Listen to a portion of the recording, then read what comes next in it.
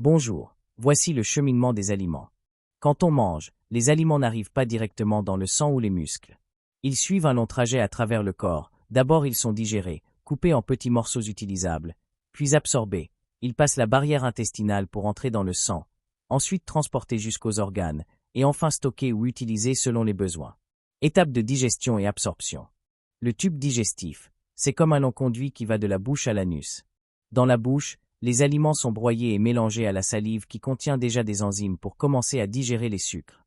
Puis, en descendant dans l'estomac, ils sont brassés et mélangés à l'acide gastrique qui attaque surtout les protéines.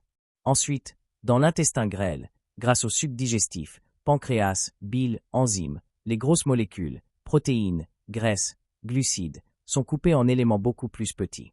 Protéines, acides aminés. Graisses, acides gras plus glycérol. Glucides, glucose, sucre simple. Ces petites molécules sont celles que le corps peut absorber. Elles passent à travers la paroi de l'intestin grêle pour entrer dans le sang. À ce stade, il reste ce qu'on ne peut pas digérer, fibres alimentaires, déchets. Ces résidus continuent leur chemin vers le gros intestin, où ils sont fermentés puis éliminés, sel. Étape de transport et de stockage. Une fois absorbés, les nutriments rejoignent le sang par la veine porte qui les amène au foie. Le foie joue le rôle de centre de tri. Il décide si les nutriments doivent être utilisés tout de suite, transformés ou stockés. Les protéines, acides aminés, servent à réparer et construire les tissus, fabriquer des enzymes et des hormones. L'excédent peut être transformé en énergie, glucose.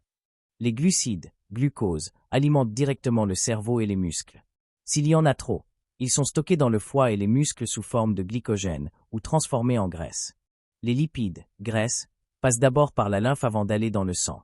Ils servent à produire de l'énergie, mais aussi à fabriquer des membranes cellulaires et certaines hormones.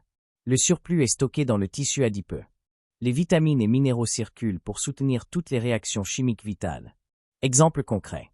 Quand tu manges un repas avec du riz, du poulet et de l'huile d'olive, le riz est transformé en glucose qui donne de l'énergie rapide. Le poulet est découpé en acides aminés qui serviront à reconstruire tes muscles.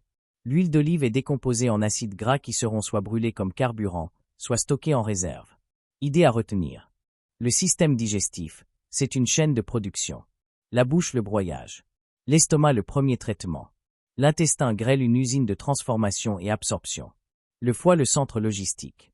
Le sang et la lymphe un camion de livraison vers les organes. Les tissus utilisent ou stockent selon le besoin. L'eau. L'eau représente environ 70% du corps humain. Elle joue un rôle vital, elle dissout et transporte les nutriments, les hormones et les déchets.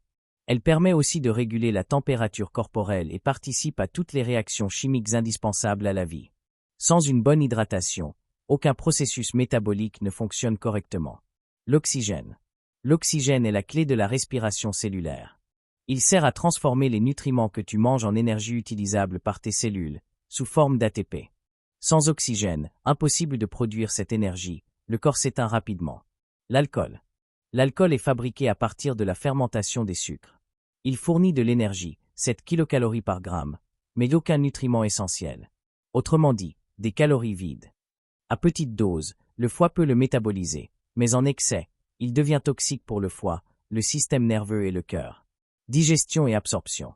Le processus commence dans la bouche, la mastication et la salive, riche en amylase, amorce la dégradation de l'amidon. Le pharynx et l'ésophage ne font que transporter ce bol alimentaire vers l'estomac. Dans l'estomac, les sucs gastriques brassent et attaquent les protéines grâce à l'acide chlorhydrique et à la pepsine. L'intestin grêle prend ensuite le relais, la bile émulsionne les graisses, et les enzymes pancréatiques, lipase, amylase, trypsine, finalisent la digestion. C'est là que les nutriments passent dans le sang. Enfin, le gros intestin récupère l'eau et les minéraux restants et forme les sels.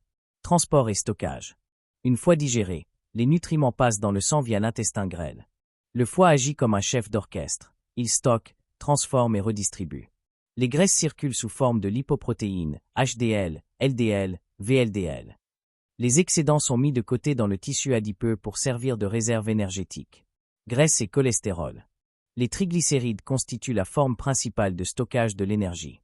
Les phospholipides entrent dans la structure des membranes cellulaires. Le cholestérol sert à fabriquer certaines hormones, la bile et les membranes cellulaires. Il est transporté par HDL et LDL. Trop de LDL augmente le risque cardiovasculaire. En résumé, tout ce que tu manges est transformé en nutriments, absorbé par l'intestin, filtré et régulé par le foie, puis transportés dans le sang. Selon les besoins, ces nutriments sont utilisés directement comme énergie ou mis en réserve. Merci pour votre écoute.